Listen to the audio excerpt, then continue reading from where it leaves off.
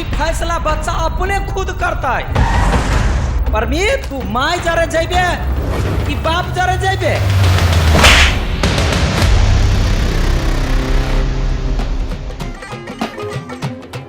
ओकरा जहिया से देखलियो तहिया से मन करे हो ओकरे में झूमत रही।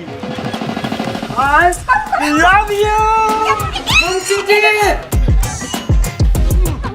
बेटी के उम्र एको रति ला शर्म नहीं होइया। छोटका मुंह आ बड़का बात अपने कहे छी। अपन बचिया फूलो के हमर भाई जरे जे बियाह कराई ते बड़ा नीक रहते। एरा गरा नहीं समझिए हमरा कलकतिया वाली के बेटी छियो।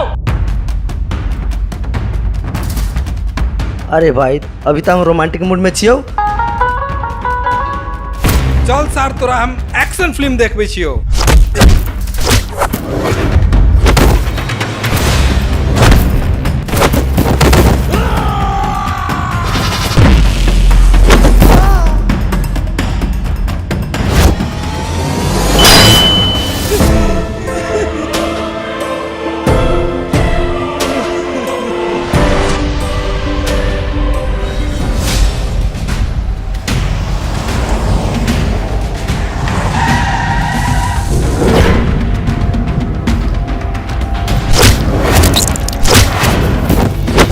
सब कलकतिया वाली के कमजोर नहीं बुझी।